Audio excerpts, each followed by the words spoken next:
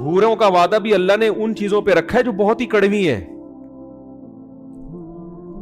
ان چیزوں پہ اللہ نے رکھا ہے. میں حیران ہوتا تھا، حدیث میں آتا ہے جس شخص نے غصے پہ قابو کیا، غصہ آ رہا ہے مگر اللہ کے خاطر وہ غصے کے کڑوے گھونٹ کو پی گیا. بڑا مشکل کام ہے.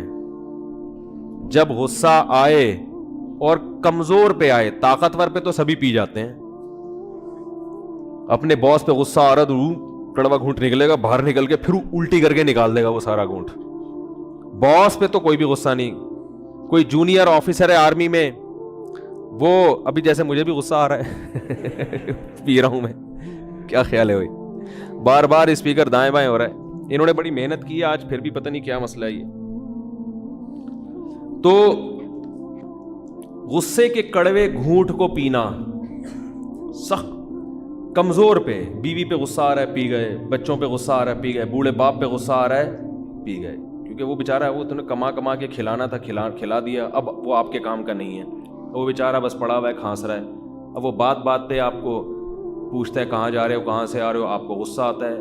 اللہ کیا کہہ رہے ہیں؟ اس غصے کے کڑوے گھونٹ کو پی جاؤ. بڑا مشکل ہے پینا. اس پہ کوئی الاؤنس نہیں ملتا گورنمنٹ کی طرف سے، اس پہ کوئی تنخواہ نہیں بڑھتی، انکریمنٹ نہیں لگتا، اس پہ کچھ بھی نہیں ہوتا. تو یہ صرف اللہ کے لیے کہ یار باپ پہ غصہ آ رہا ہے پی جاؤں، ماں پہ غصہ آ رہا ہے. بیٹی کو ماں پہ آج غصہ آتا ہے نا تو نکال دیتی ہے غصہ، وہ چپ نہیں بیٹھتی. یہ آج کل لڑکیوں میں بڑا مسئلہ ہے، ماں کے سامنے چیختی چلاتی بہت ہے. یہ تصور نہیں تھا ہمارے معاشرے میں کہ بیٹی ماں کے سامنے اونچی آواز سے بات کرے، لیکن آج کل ہو رہا ہے. چھوٹی بچیاں تو چلو، وہ تو بالغ بیٹیاں، کیا فائدہ ایسی تعلیم کا بھائی؟ آپ نے ماں کے سامنے اپنی زبان پہ کنٹرول کرنا نہیں سیکھا تو کیا فائدہ ایسی تعلیم کا؟ سارا زور ماں باپ کا بھی نا، سارا زور تعلیم پر ہے، پھر اولادیں ایسے ہی نکلتی ہیں. تربیت کی ان کو بھی فکر. انسان کا بچہ، جو میں بھی کہہ رہا تھا نا مارکیٹ میں شارٹ ہیں، پڑھے لکھے کو انسان کا بچہ نہیں کہتے، تربیت یافتہ کو انسان کا بچہ کہتے ہیں. سمجھا پا رہا ہوں میں اپنی بات؟ جس کی تربیت ہو، جو اپنے بڑوں کے سامنے چپ رہتا ہو، اس کو کیا کہتے ہیں؟ یہ مارکیٹ میں ایسے لوگ شارٹ ہیں. اس لیے میں لوگوں کی عقیدت سے کبھی متاثر نہیں ہوتا. لوگ آتے ہیں ہاتھ پاؤں مفتی صاحب چومتے ہیں. بعض لوگ ہاتھ بھی چومنا شروع کر دیے، حالانکہ میں نہیں پیر و مرشد تو ہوں نہیں. مجھے پتا ہوتا ہے کہ اس کے مزاج کے خلاف جس دن میں نے بات کی، یہ تھوکنا بھی گوارا نہیں کرے گا. عوام کی عقیدت ایسی ہوتی ہے. میں نے رمضان میں ایک سیاسی جماعت کے حق میں تھوڑی سی بات کر دی تھی، اس کے مخالف پارٹی کا ایک آدمی بیٹھا تھا، اعتکاف توڑ کے چلا گیا. میری عقیدت محبت میں اعتکاف میں آیا، یہاں ہماری مسجد میں، مفتی صاحب کی مسجد میں بیٹھوں گا، اتنے اچھے ہیں مفتی صاحب.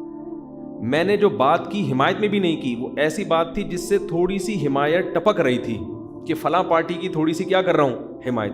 وہ تھے اس پارٹی کے کیا؟ مخالف. اتنا غصہ آیا ان کو کہ میں تو مفتی صاحب کو نیک آدمی سمجھتا تھا، انہوں نے اس پارٹی کی کیا کر دی؟ اعتکاف توڑ کے. یہ بھی نہیں دیکھا کہ اعتکاف توڑنا جائز نہیں. تو پبلک کی عقیدت سے جو متاثر ہو جائے، سارے ایسے نہیں ہوتے الحمدللہ، کچھ واقعی تمیز کے بھی ہوتے ہیں لیکن یہ عقیدت محبت یہ بڑی عجیب چیز ہے. ذرا سی مزاج کے خلاف ظرف ہے ہی نہیں لوگوں میں.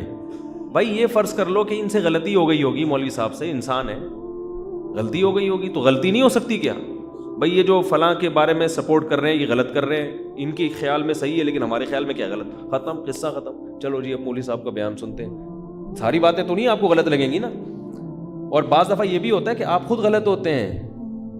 جو بیان کرنے والا ہے، وہ جس کی حمایت کر رہا ہوتا ہے، وہ حمایت واقعی کیا ہوتی ہے؟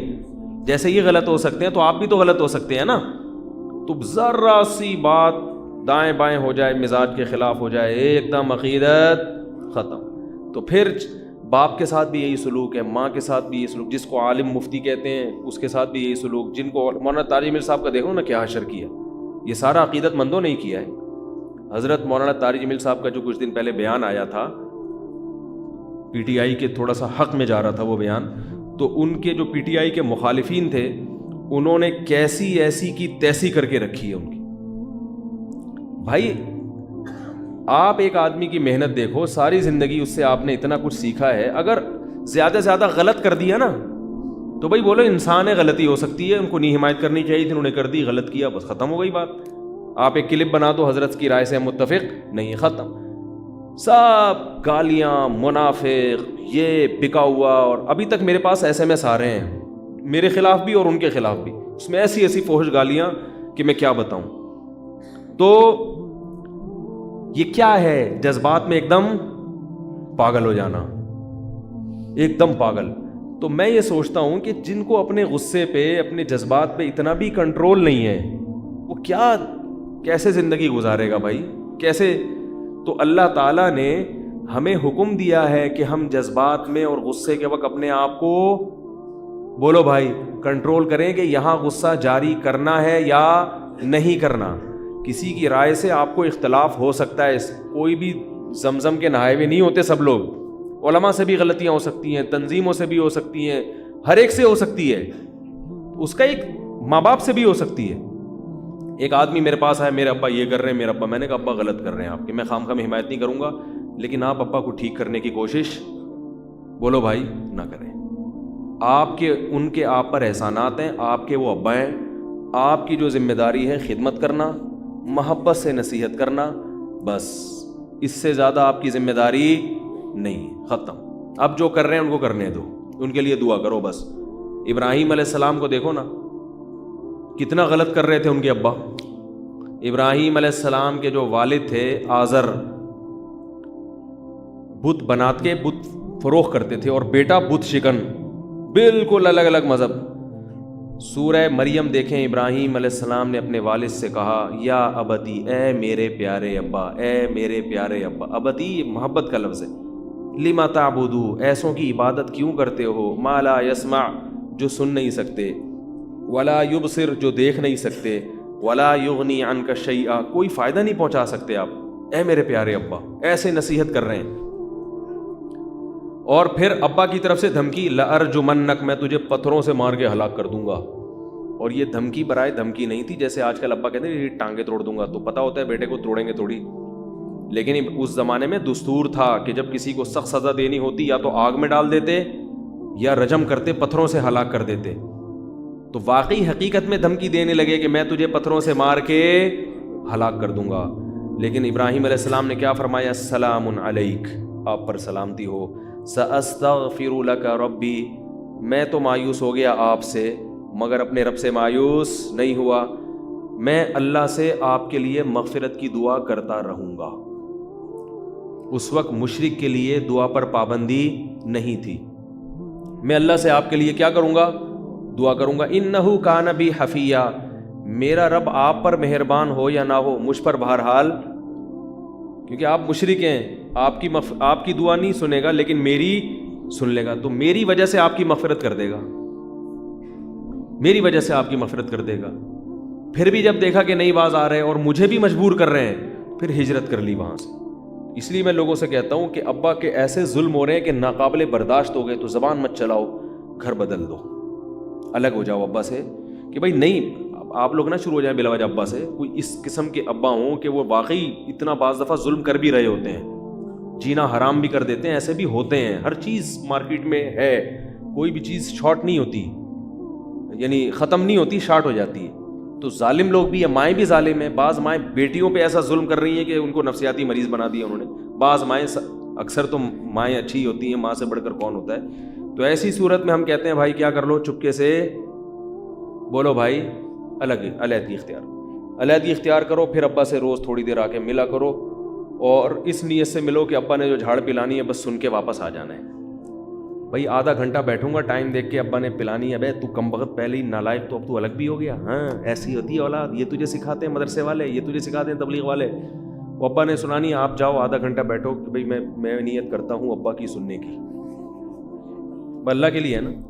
میں نیت کرتا ہوں ابا کی الٹی سیدھی سننے کی، کیونکہ وہ میرے، جب نماز میں لوگ لمبی چوڑی نیتیں کرتے ہیں نا، میں نیت کرتا ہوں ابا کی سننے کی، الٹی سیدھی سننے کی، کیونکہ وہ میرے ابا ہیں، ان کی سنوں گا تو ثواب ملے گا. اور کیا وہ میں بتاؤں گا کون سا ثواب ملے گا، تو وہ بس سنوں گا. کیونکہ ابراہیم علیہ السلام نے تو اس سے بھی زیادہ سنی ہے، ان کو تو اس سے بھی زیادہ دھمکیاں ملی تھی. یہ سب محاسبے مراقبے کر کے آپ پہنچیں، آدھا گھنٹہ تمیز سے سنیں، اس کے بعد بولیں اور ابا سنائیں کوئی خدمت میرے لائق، خدمت میں تجھے گھنٹے سے.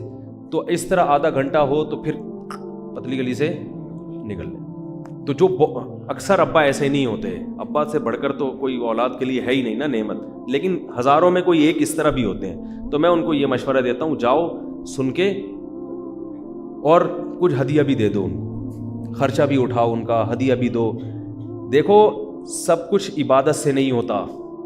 آج جو دین کی طرف آتا ہے تو کچھ تھوڑا سا عبادت کی طرف تو رجحان ہو جاتا ہے, اخلاق کی طرف رجحان, اور اخلاق بھی اگر اچھے ہوتے ہیں نا کسٹمر سے اچھے ہو جاتے ہیں. بس مصیبت ہی اخلاق پر. حضرت مولانا طارق جمیل صاحب کا بیان سنے گا تو اخلاق کس کے ساتھ اچھے ہو جائیں گے؟ جا کے کسٹمر کے ساتھ. صحیح ہے نا, بیوی کے ساتھ اچھے نہیں ہوں گے, اولاد کے ساتھ اچھے نہیں ہوں گے, ابا کے ساتھ اچھے نہیں ہوں گے, اماں کے ساتھ پھر بھی وہ ویسے کے ویسے ہی رہیں گے. تو اینٹ کا جواب پتھر سے دیتے ہیں. اسلام میں خونی رشتوں کی اہمیت غیروں سے بہت زیادہ ہے, یاد رکھو, تھوڑی زیادہ نہیں ہے, بہت زیادہ ہے. قرآن میں اہل جنت کی جو جہاں بھی صفات بیان کی ہیں اکثر جگہوں پہ رشتہ داری کا ذکر اللہ نے لازمی کیا. میں جب تلاوت کرتا تھا نا ان آیات کی, جب ہم نئے نئے دین کی طرف آئے یعنی مدرسے کی طرف گئے, تو میں حیران ہوتا تھا کہ یہ تو ویسے ہی انسان میں نیچرل ہے رشتہ داروں سے محبت کی. قرآن اتنا ہائی لائٹ کیوں کرتا ہے اس چیز کو؟ اس وقت میری سمجھ میں نہیں آتا تھا. قرآن بار بار یوں کیوں کہتے ہیں اہل جنت رشتہ داری جوڑتے ہیں, رشتہ داری جوڑتے ہیں, رشتہ داروں کا خیال کرتے ہیں, بار بار حدیث میں بھی آتا ہے. حالانکہ عربوں میں تو رشتہ داری ویسے ہی جوڑنے کا رواج تھا بھائی. عرب میں سب برائیاں تھیں, مگر رشتہ داری تو ان میں یہ تو نیچرل ہے نا. جب قبیلہ خاندان ہوگا تو عرب تو اپنے رشتہ داروں کے لیے سر کٹاتے تھے, لڑتے تھے. عربوں میں یہ دستور نہیں تھا کہ ایک بھائی کو آپ نے پیٹ دیا تو بس اب گئے, نا نا نا نا نا, ایک بھائی کو کسی نے مار دیا تو اب اس بھائی کے جتنے ریلیٹیو ہیں وہ آپ کو نہیں چھوڑیں گے. بولے کہ ہمارے بھائی پہ ہاتھ کیسے اٹھایا؟ وہ تو کٹ جاتے تھے, پوری پوری نسلیں کٹ جاتی تھیں. آج بھی قبائلی علاقوں میں اسی قسم کا رواج ہے. وہ ایک قتل ہو جائے تو پرپوتا جا کے انتقام لے رہا ہوتا ہے کہ میرے پردادا کو اس نے مارا تھا, وہ نہیں چھوڑے گا. تو رشتہ داری تو اس زمانے میں لوگ جوڑتے تھے. تو قرآن نے پھر اتنا اہتمام, دیکھو بت پرستی کے خلاف قرآن نے بولا اتنا زیادہ, تو سمجھ میں آتا ہے کہ بت پرستی اس وقت معاشرے میں کیا خیال ہے بھائی, پھیلی بھی تھی. تو رشتہ داری کو اتنا فوکس کیوں کر رہا ہے قرآن؟ آج سمجھ میں آتا ہے. اللہ کو پتا تھا کہ ایک زمانہ ایسا آنے والا ہے جس میں فیملی سسٹم تباہ ہو جائے گا. یورپ کا کلچر, مغربی کلچر ہمارے معاشرے میں پھیل جائے گا. پھر لوگ دوستوں کو, کلائنٹ کو, کسٹمر کو اہمیت دیں گے, رشتہ داروں کو اہمیت نہیں دیں گے. اور رشتہ داری جوڑنے میں جو برکتیں اور فائدے ہیں وہ دوستیوں میں نہیں ہیں. خونی رشتے جو ہے نا یہ ایک دوسرے کی تربیت کی فکر میں لگے رہتے ہیں, نیچرل ہے یہ. تو یہ جتنے مضبوط ہوں گے, ان میں جتنی زیادہ محبت ہوگی, اتنا ہی معاشرے میں نا صالح افراد پیدا ہوں گے, اچھے افراد پیدا ہوں گے. اور جتنی ان میں آپس میں نفرتیں ہوں گی, اتنے ہی معاشرے میں چور اور ڈاکو زیادہ پیدا ہوں گے. تو یہ بہت, اسلام نے بہت زیادہ اس فیملی سسٹم کو مضبوط کرنے پر زور دیا ہے. یہ تمہارا نظام جو فیملی کا جو سسٹم ہے نا, بہت مضبوط ہونا چاہیے. تو اس کے جوڑ کی بہت کوشش کی ہے. یہاں تک کہ نبی صلی اللہ علیہ وسلم نے فرمایا, جب نبی نے فرمایا نا رشتہ داری جوڑو, بہت زیادہ آپ نے تاکید کی اور بہت زیادہ آپ نے اس کی اہمیت بیان کی قرآن میں بھی. تو صحابہ کو خیال ہوا کہ بھائی رشتہ داری جوڑنے کا مطلب یہی ہے کہ بھائی ہم بھی اچھا سلوک کریں جیسے کہ وہ اچھا کر رہا ہے. تو نبی صلی اللہ علیہ وسلم نے یہ غلط فہمی دور کی. فرمایا کہ نہیں, رشتہ داری جوڑنا اسے نہیں کہتے کہ جو تم سے جڑے تم اس سے جڑو, نا نا نا, یہ مطلب ہی نہیں ہے. فرمایا رشتہ داری جوڑنے کی جو میں ترغیبیں دے رہا ہوں, جس پر اللہ نے جنت کی بشارت دی ہے, یہ وہ ہے کہ وہ تم سے ٹوٹے پھر بھی تم اس سے جڑو. یہ بڑا مشکل کام ہے بھائی, بہت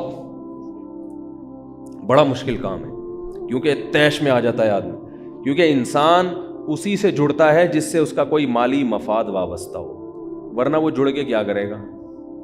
کیا خیال یہ ہو گیا بھائی؟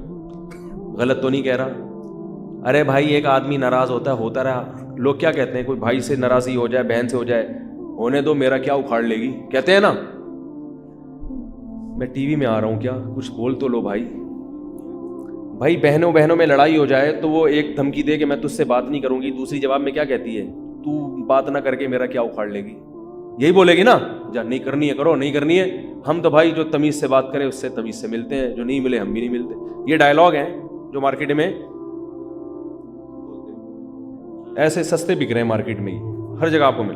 بھائی کی بھائی سے لڑائی ہو جائے، بھائی ملتا ہے ملے، نہیں ملتا میرا یہ کیا سمجھتا ہے میں اس کے ٹکڑوں میں پلتا ہوں کیا؟ اللہ کا شکر ہے اپنا کھاتا ہوں اپنا پیتا ہوں. یہ سنتے رہتے ہیں ہم لوگ، یہ بھائی اپنا کھاتے ہیں اپنا پیتے ہیں، ہم کون سے ٹکڑوں کے محتاج ہیں؟ ملنا ہے ملو، نہیں ملنا نکلو.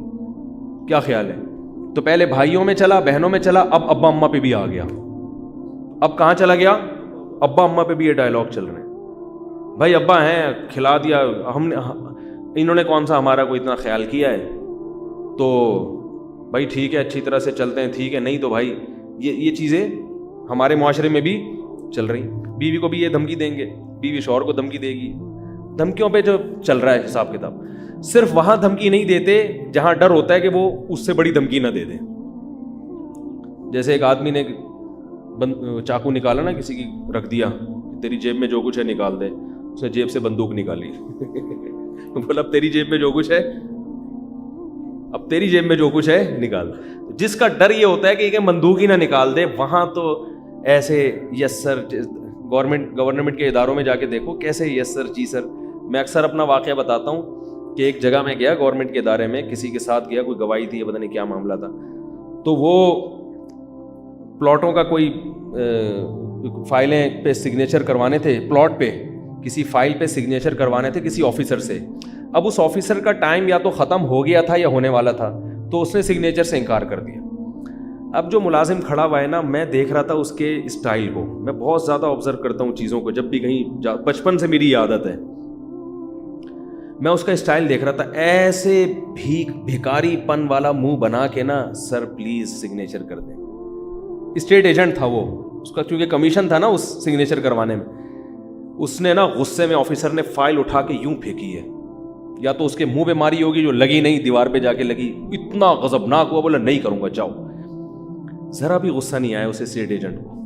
میں یہ سب چیزیں نوٹ کر رہا تھا. میں اس سے سبق لے رہا تھا کہ اگر اس کا 10واں حصہ بھی ہم اللہ کے ساتھ کر لیں، کیا خیال ہے بھائی؟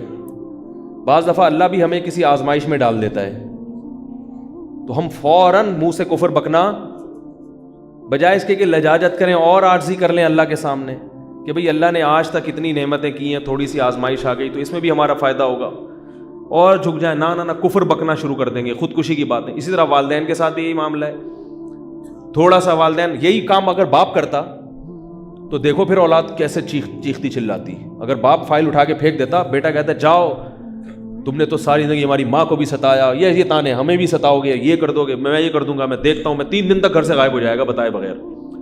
تو میں دیکھ رہا ہوں کہ وہ آفیسر کے سامنے پھر، کیونکہ اس کا کمیشن مارا جا رہا ہے 20-25 ہزار روپے کا، پھر میں نے دیکھا وہ فائل اٹھا کے لایا، اس کو جھاڑا، پھر سر کے پاؤں میں لگ رہا ہے گر رہا ہے، اور سر پلیز، اور ایسے مکھن لگائے ہیں کہ اس کمبخت سگنیچر کروا کے ہی چھوڑے، اس نے کام نکلوا کے نکل گیا. سبق حاصل کرنا چاہیے ان واقعات سے. اس کو غصہ نہیں آ رہا، اس کو پتا ہے میرا کمیشن مارا جائے گا، اور اس کو تو روزانہ اسی سر سے واسطہ ہے نا، اسی آفیسر سے روزانہ اس کا واسطہ ہے. وہ کہے گا اس سے پھٹا کر کے میں جاؤں گا کہاں؟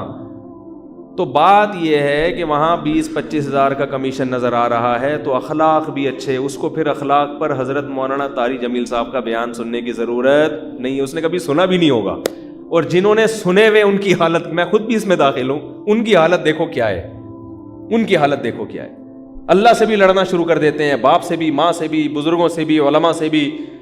جن کے ہاتھ پاؤں چوم رہے ہوں گے ان کو بھی گالیاں دینا شروع کر دیتے ہیں ایک دم جذبات میں آ کے. تو اس لیے اللہ تعالیٰ نے بتا دیا کہ دیکھو جو امپلائی اپنے آفیسر کے سامنے اس طرح سے جھک رہا ہے، کوئی ملازم، اس کو جتنا کمیشن مل رہا ہے وہ بہت تھوڑا ہے. میرے کہنے پر غصے کو پی جاؤ گے، برداشت کر لو گے. جہاں غصہ جاری کرنا حرام، بعض جگہوں پہ غصہ جاری کرنا واجب ہے، وہ تو ایک الگ چیز ہے.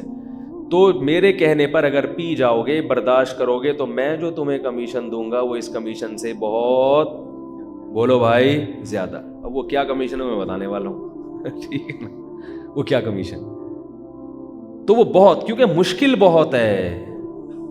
کمزور پہ غصہ آئے اس کو پینا بہت مشکل کام ہے، بہت مشکل کام ہے. تو اللہ نے کیا فرمایا، صحیح حدیث ہے، صحیح ہے مسلم کی یا صحیح بخاری کی، فرمایا کہ جو شخص غصے پر قادر تھا پھر بھی غصے کے کڑوے گھونٹ کو پی لیا، قیامت کے دن اللہ تعالیٰ میدان حشر میں اس کو بلائیں گے، وَيُزَوِّجُهُ مِنَ الْحُورِ الْعِينِ مَا شَاءَ، کہ اللہ کہیں گے یہ اتنی ساری لاکھوں کروڑوں حوریں کھڑی ہوئی ہیں، ان میں سے جس سے کہے گا تیرا نکاح، بولو بھائی کر دو، جس سے کہے گا تیرا نکاح۔ ایک تو جنت کی حوریں، کیا خیال ہے، وہ ویسے ہی مشک و عنبر سے بنایا، پھر ان میں سے بھی آپ کو چوائس دی جائے، کیا خیال ہے، آپ کو کیا دی جائے کہ ان میں سے جس پہ ہاتھ رکھے گا وہ تیری ہو گئی۔ ایک دفعہ غصہ کا گھونٹ پینے پر یہ اللہ کی طرف سے اجر ہے۔ اب اس میں لبرل لوگ تو بولیں گے کیا ان لوگوں کو حوروں کی لالچ میں رکھا ہوا ہے؟ بھائی ہم اللہ پر ایمان رکھتے ہیں، اللہ کی آیات پہ ایمان، اللہ انسان کی فطرت کو جانتا ہے، مرد کی فطرت کو جانتا ہے، اس لیے اللہ نے ہمارے لیے وہی چیز بنائی جو اللہ کو بتائے ان کو سب سے، کیونکہ جو لبرل لوگ ہیں نا ان کو بھی اگر یہ چوائس دی جائے تو سارے اچھے اچھے بن کے دنیا میں یہ چوائس دے دیں نا، دنیا میں کچھ 15-20 حسین عورتیں کھڑی کریں اور یہ جو اسلام پر اعتراض کر رہے ہیں ان سے بولیں کہ تم یہ کام کرو، ان میں سے جس پہ ہاتھ رکھو گے تمہاری ہو جائے گی، پھر دیکھو پوری رات تہجد میں کھڑا رہے گا، عشاء سے لے کے، جو مذہب مخالف ہے نا، عشاء سے لے کے فجر تک، فجر سے لے کے پھر عشاء تک نماز ہی پڑھتا رہے گا بیٹھے۔ تو یہ انسان کی فطرت ہے، اللہ نے جنت میں وہی چیز رکھی ہے جو ہمیں مرغوب ہیں، ایسی چیزیں رکھ دیں جو ہمیں مرغوب ہی نہیں ہیں، تو یہ دین برحق کی علامت تھوڑی ہوگی، یہ کوئی اس کی علامت تھوڑی ہوگی دین برحق ہے، یہ تو اس کی علامت ہوگی یہ دین برحق نہیں ہے، یہ تو انسان کی نیچر ہی نہیں جانتا۔ تبھی تو قرآن میں آتا ہے کہ جب جنتی جنت میں جائیں گے تو وہ جو چیزیں جنت میں دیکھیں گے تو کہیں گے کہ کلما رزقوا منها من ثمرۃ رزقا قالوا هذا الذي رزقنا من قبل، وہ کہیں گے اللہ یہ تو وہی ہے جو دنیا میں بھی ہمیں تو نے دیا ہے۔ کیا مطلب؟ یہی دنیا کی نعمتیں ہیں جو جنت میں بھی ملیں گی، مگر اس کا ذائقہ اور اس کی لذت کو بڑھا دیا جائے گا اور اس میں عیب کو ختم کر دیا جائے گا۔ جو پھل ہے نا ان کے ذائقے کو اللہ بڑھا دیں گے، عیب اس میں ختم کر دیں گے، اس کے جو سائیڈ افیکٹ ہیں وہ کیا ہو جائیں گے؟ ختم ہو جائیں گے۔ وجہ کیا ہے؟ علماء نے لکھا ہے سوال پیدا ہوتا ہے کہ یہی نعمتیں کیوں ملیں گی؟ یہی نعمتیں اس لیے ملیں گی کہ جس چیز سے انسان مانوس ہوتا ہے نا اسی کی طرف اس کا دل مائل ہوتا ہے۔ اگر دیکھو کتنے لذیذ پھل ہوتے ہیں لیکن آپ نے کبھی نہ کھائے ہو تو پہلی دفعہ نہیں کھائے جاتے ہو، تو جنت میں اللہ یہی نعمتیں، یہی انار، یہی انگور، یہی شہد، یہی دودھ، لیکن اس کا ذائقہ کیا کر دیں گے؟ بڑھا دیں گے۔ تو اللہ نے جنت میں بھی عورتیں پیدا کی ہیں مردوں کی، اب خواتین کو اشکال ہوگا آدمی عورتوں کے لیے کیا پیدا کیا؟ وہ کہیں گے ہم جب غصہ پیئیں گے تو ہمیں کیا ملے گا؟ بھائی وہ بھی تو ان کو بھی تو اشکال ہوگا نا، ہم جب غصہ پیئیں، بیٹی کو ماں پہ غصہ آ رہا اور پی جائے تو کیا ملے گا؟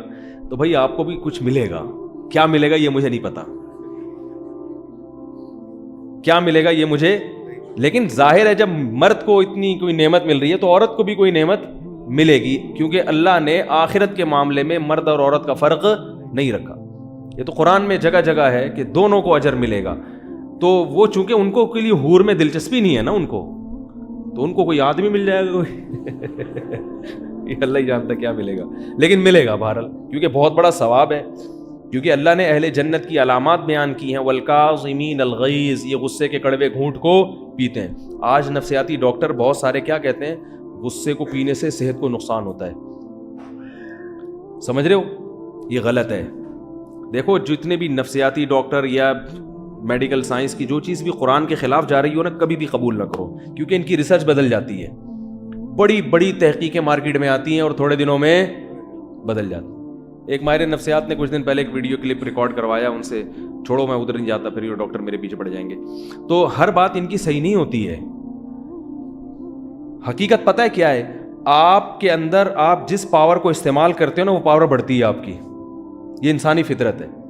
اگر آپ نے غصہ جاری کرنے کی عادت ڈال دی تو کبھی بھی غصے کے وقت آپ اپنے اوپر کنٹرول نہیں کرو گے، غصہ آئے گا بھی زیادہ اور نکلے گا بھی زیادہ۔ اگر آپ نے غصے کو کڑوے گھونٹ کو پینا شروع کر دیا تو آپ کے جو اعصابی قوت ہے نا، آپ کی جو بریکیں ہیں وہ کیا ہو جائیں گی؟ مضبوط ہو جائیں گی۔